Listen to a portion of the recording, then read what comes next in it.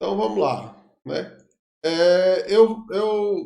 Hoje eu estou fazendo essa live de tarde pelo seguinte motivo.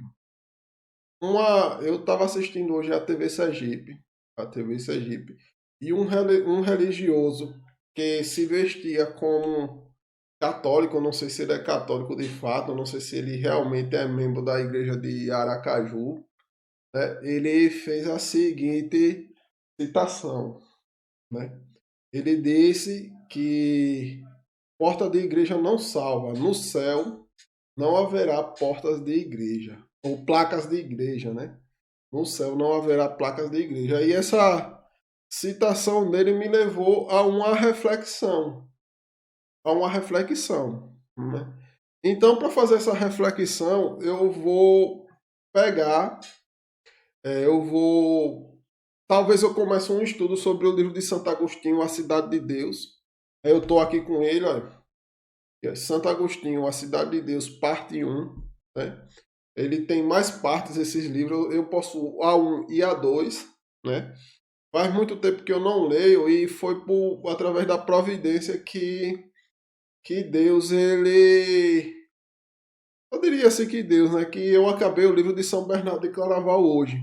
Um livro que eu tenho aqui de São Bernardo de Claraval. Eu acabei de ler ele hoje. E na falta de. E eu na expectativa de comprar outro livro, né? Eu já tinha comprado outro livro, estou esperando chegar. Um que fala sobre a espiritualidade leiga, né? É, então, eu estava esperando esse livro chegar, mas no meio tempo eu comecei a ler novamente A Cidade de Deus de Santo Agostinho. E o primeiro tema dele já vem como uma demonstração de como um católico deve ver a sua igreja, né? Esse livro aqui, ele, se eu não me engano, ele é da data de 500, 400 depois de Cristo, alguma coisa assim. E ele foi, e ele, ele,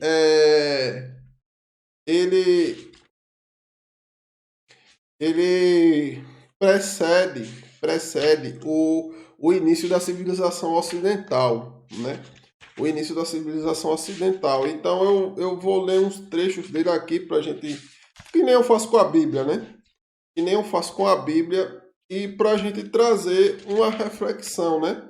Já que ele faz parte do acervo da história da Igreja Católica, né? Lá na Igreja Primitiva, né? Então ele faz parte desse acervo da Igreja Católica. E eu vou começar pelo capítulo um. O capítulo um começa assim, ó. Não é com efeito da cidade terrestre que saem os inimigos contra quem se torna preciso defender a cidade divina. Alguns, sem dúvida, abjurando o erro de sua impiedade, nela reentram e voltam a ser cidadãos muito fiéis. Mas, por outro lado, quantos olhos acesos, quantos corações fechados pela ingratidão aos benefícios do Redentor. Benefícios de tal maneira evidentes que essas línguas estariam hoje mudas para a blasfêmia. Se os ímpios, acossados pelo gládio inimigo, não houvesse encontrado nos santos refúgios a vida que seu orgulho tão mal emprega. Não são esses os verdadeiros adversários do nome de Jesus Cristo, aquele mesmo romano em nome de Jesus os bárbaros pouparam? Atestam as capelas dos mártires, olha, presta atenção, as capelas dos mártires e as basílicas dos apóstolos, que em plena desolação de Roma abriram o seu seio a quanto cristãos e gentios, ou gentios, nele buscaram refúgio. Até o sagrado limiar, o furioso inimigo banhava-se em sangue, mas nessa barreira e raiva assassina expirava. Para esses lugares, alguns vencedores, tocados de compaixão, levavam aqueles que, mesmo fora de tais recintos, haviam poupado para subtrair a mão dos mais ferozes. Eles próprios também, cruéis e impiedosos, pouco mais longe, desarmaram quando se aproximavam do desarmar, cadê? Desarmados quando se aproximavam dos lugares em que lhes era interdito, o que o direito da guerra permitira a lhes. Detinha-se nos santuários a ferocidade que faz as vítimas.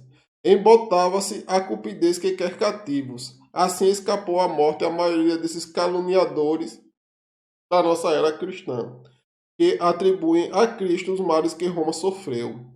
O benefício da vida por eles devido ao nome de Cristo não é o nosso Cristo, porém, que atribui e sim ao destino, quando se maduramente refletissem no que suportaram os infortúnios, poderiam reconhecer a providência.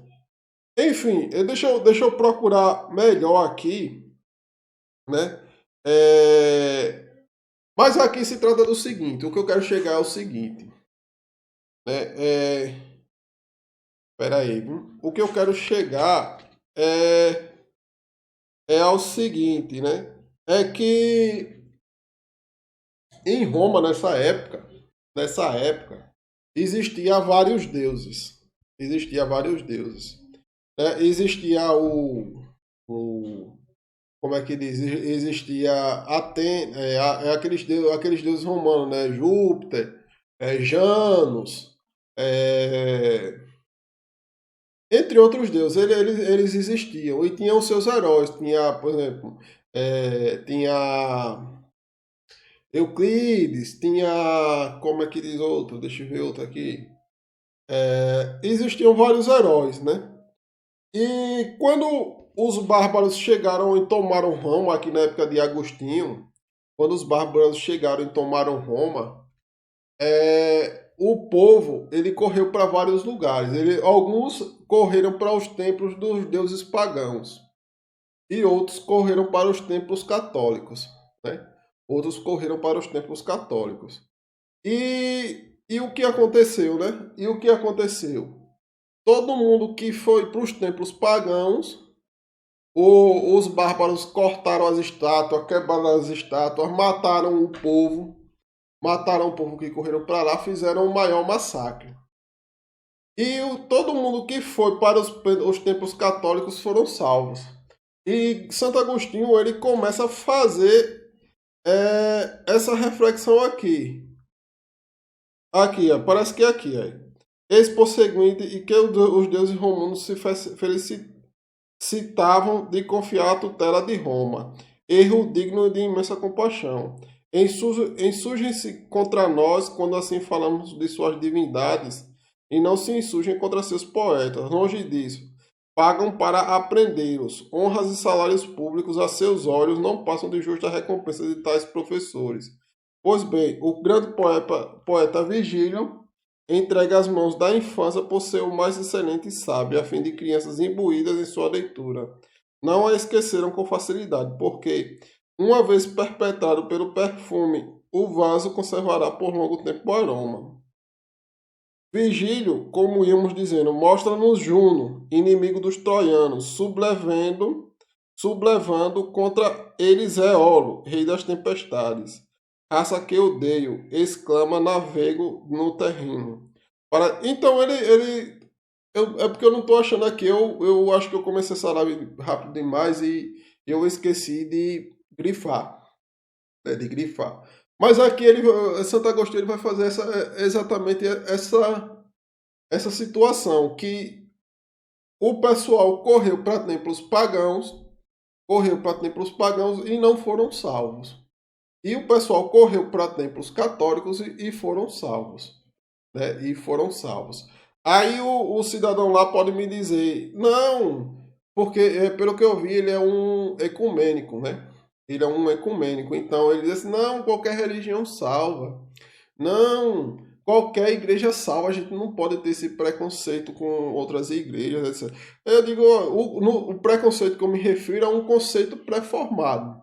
Um conceito pré-formado. Eu não é um tipo de como é que diz, de você denegrir a imagem de outras igrejas, não. Eu só falo assim, que para um católico dizer que outras igrejas salvam, eu não sei nem se ele é católico. Se eu não falando sinceramente, eu não sei nem se ele é católico, porque do que valeu esse livro de Santo Agostinho, relatando como foi o início. O início, ele pregando a cidade de Deus, para quem não sabe, esse livro ele fala do seguinte. A cidade de Deus, ele demonstra aqui nesse livro que a cidade de Deus é construída de virtude em virtude. A cidade de Deus é construída no hábito do povo, no hábito do povo, dos governantes, de tudo, do povo, né? No hábito onde cada um ele procura se converter, se confessar e viver uma vida de virtude. E já a cidade dos homens, que é a opositora da cidade de Deus, ela se constrói exatamente em cima dos vícios. Ou seja, quando você mente, quando você rouba, quando você, etc. Quando você infringe os mandamentos de Deus, quando você cede a pecados veniais, etc. Quando você vai cedendo, você vai construindo a cidade dos homens. Porque a cidade dos homens ela é construída em cima de erro, do erro. E a cidade de Deus é construída em cima do caminho que é Jesus Cristo, em cima da verdade, né? É, então ele demonstra aqui no livro, né, várias situações. Cadê Janos, né? Janos que prometia fazer isso com vocês e agora que vamos dizer, os bárbaros chegam, eles não protegem. Cadê Artemis, né? Que as suas faixas de virgindade foram deflagradas, né? Foram quebradas ali pelos bárbaros e ela não defendeu o seu povo. O seu povo, os romanos só acharam refúgio nos templos e nas sedes apostólicas dos católicos, né? Demonstrando grande poder. E não foi e ele demonstra aqui no livro que não foi por uma bênção, não foi por bondade dos bárbaros, não. Foi porque quando eles chegavam diante do templo católico, algo batia no coração deles. Se eu não me engano, é mais ou menos algo que batia no coração deles e eles resolviam não entrar lá. Não entrar lá para fazer o massacre deles, para fazer o roubo deles, para fazer tudo o que eles queriam fazer, né? Então, como é que aquele, assim, voltando para o início, né? Como que aquele religioso, que eu não sei se é padre, eu não sei se é religioso, mas eu sei que estava debatendo aí, que colocaram ele numa situação que, ao meu entender, ele colocaram ele numa situação como católico, né? Como é que ele abre a boca para dizer que porta de igreja não salva, quando a salvação, para qualquer católico que conhece a sua fé, sabe que a salvação está na igreja? Que sem a igreja a gente não tem acesso à confissão. Se a gente não tem acesso à confissão, a gente só sobra um meio de salvação. É um meio de salvação, que é o você se arrepender diante da morte. E é o que chama de contrição perfeita. É o que chama de contrição perfeita. Se você chegasse diante da morte, você estiver lá morrendo no seu último suspiro, e você dizer, meu Deus, eu fiz isso e isso, me perdoe, eu estou pedindo, por favor, meu Deus, eu sei que eu tive toda essa ferida errada, etc, etc. Aí você faz aquela reflexão e diz, mas agora eu quero me converter no último momento. E morre. Se for mais ou menos desse jeito, então ainda tem uma salvação, né? Mas você afirmar com tanta veemência que salvação importa de igreja. E as igrejas satânicas? Me diga uma coisa. As igrejas que pregam o satanismo, é porque também tem o que eles chamam de ágora, né? Eu acho que é ágora o nome. Esse pessoal do satanista, eles também têm salvação? Fica a pergunta retórica, né? Mas vamos supor que não vamos tão longe, não. Vamos supor que ele só fala das igrejas evangélicas, né? Você já prestou atenção que nas igrejas evangélicas é a maior briga? É a maior briga e geralmente um diz, o outro diz o contrário e eles só concordam em uma coisa, que é que nós católicos estamos errados. Que a única coisa que eles concordam é isso, o resto eles não concordam em nada. Então, se você for para uma igreja, ela vai dizer que o casamento é para a vida toda. Se você for para outra igreja, ela vai dizer que o divórcio é permitido. Aí, se você já for para outra igreja, já vai dizer que você tem que ter muitos filhos. Aí se você já for para outra igreja, já vai dizer que você pode ter quantos você quiser. Que se você tiver um, já tá bom. Só um já tá bom. Então, você vai para outra você diz que tem que se confessar com Deus. Aí você vai para outra, já diz que tem que confessar com alguém. Aí você já vai para outra, diz que o batismo é de um jeito. Aí você já vai para outra, já diz que o batismo é de outro jeito. Aí você vai para outra, aí já diz que, sei lá, que existe o símbolo da comunhão, né? O pão e vinho não é verdadeiramente o corpo e sangue de Cristo, ele é só um símbolo, né? Aí você já vai para outra e já diz que isso é totalmente desnecessário, que não precisa de nada disso. Então, assim, são diversos tipos de opiniões que a gente pode pegar assim, opiniões teológicas que uma contrapõe à outra. Então, qual a verdade no meio disso tudo? Fica a questão, né? Qual a verdade? Se você tem clareza no que você está dizendo, eu gostaria que você me respondesse isso, né? Você está dizendo que porta de igreja ou placa de igreja não vai ter placa de igreja no céu, né? Ou seja, eu entendi, se eu não entendi certo, você me corrija. Eu entendi o que você quer dizer é que qualquer igreja salva.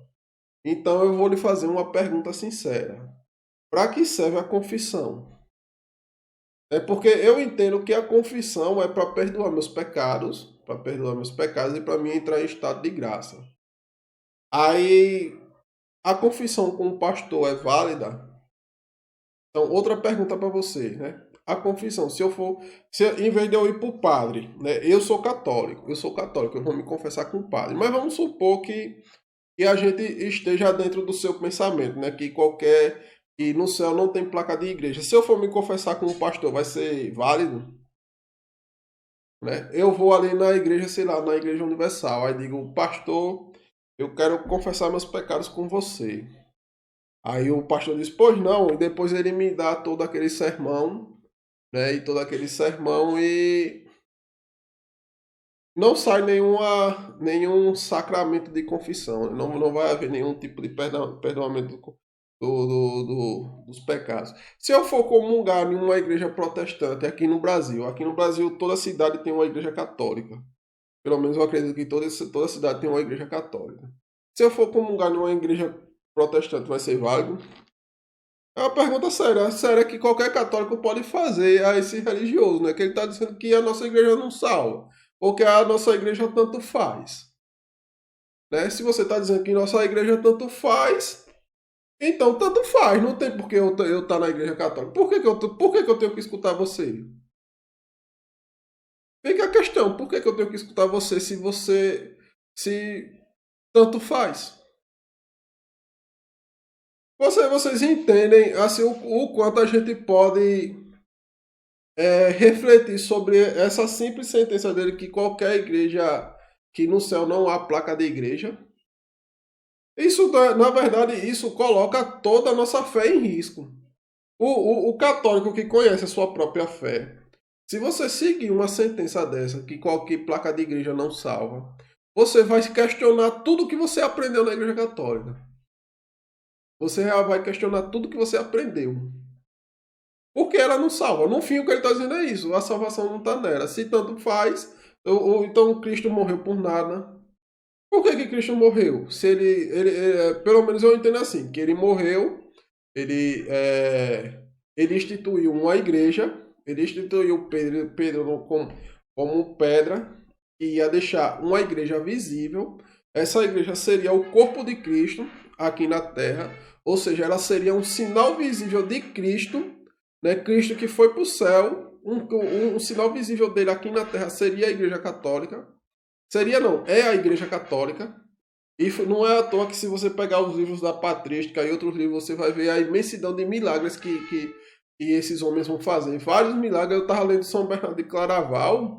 Ele resolveu guerras, ele curou pessoas, ele dava Eucaristia, o pessoal chegava lá para falar, chegou uma heresia lá no tempo dele, uma heresia no tempo dele, E essa heresia, eu não lembro qual, não sei se era os cátaros, era alguma coisa assim, né? E o pessoal, e ele dizia bem assim, vamos fazer assim. Ele chegou, é para você ver o tamanho. Eu não tinha coragem de fazer o que ele fez. Eu não tinha coragem de fazer o que ele fez. Ele levantou, ele consagrou, eu não lembro se ele consagrou a hóstia, eu sei que ele pegou a hóstia. Aí disse bem assim: vamos ver quem está certo. Tragam os doentes aqui na igreja. Tragam os doentes da cidade aqui na igreja. E vocês vão dar a comunhão, os hereges, né? Vocês vão dar a comunhão e a gente vai dar a comunhão. A comunhão que curar os doentes, a comunhão que curar os doentes, vocês podem acreditar que ela é a verdadeira igreja de Cristo. Né? Aí o bispo ficou de cabelo em pé, né? Quando ele falou isso, o bispo, vixe, meu Deus, se isso falhar, lascou.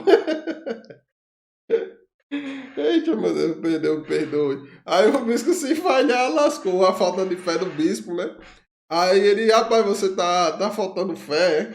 Não falte não, vamos colocar aqui, vamos, vamos distribuir aqui a comunhão. E ele distribuiu e as pessoas foram curadas.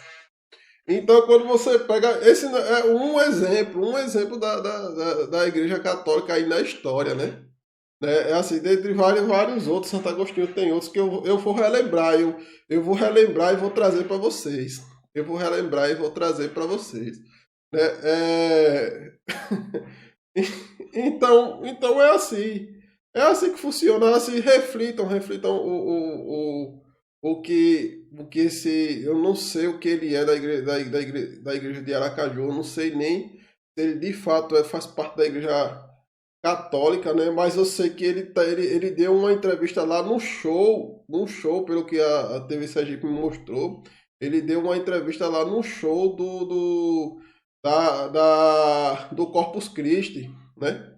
Do Corpus Christi, e ninguém repreendeu ele publicamente. Aí eu me pergunto, por que não repreende esse povo publicamente? Eles atacam a fé frontalmente, né? De frente mesmo, eles atacam a fé dos católicos e ninguém fala nada. Ninguém fala nada. Então fica aqui meu questionamento. Eu vou encerrar essa live, né? Eu vou encerrar essa live e eu vou ver se arrumo um tempo para falar mais da cidade de Deus de Santo Agostinho, talvez em outra live, né? Faço uma referente à Bíblia e uma referente à cidade de Deus. Eu vou ver aí, se eu tiver tempo, né? Porque eu nem sempre tenho tempo. Eu sou um homem casado, como vocês sabem, né? Eu sou um homem casado e tenho 3 filhos para criar, então nem sempre eu tenho tempo de estar trazendo esses assuntos para vocês.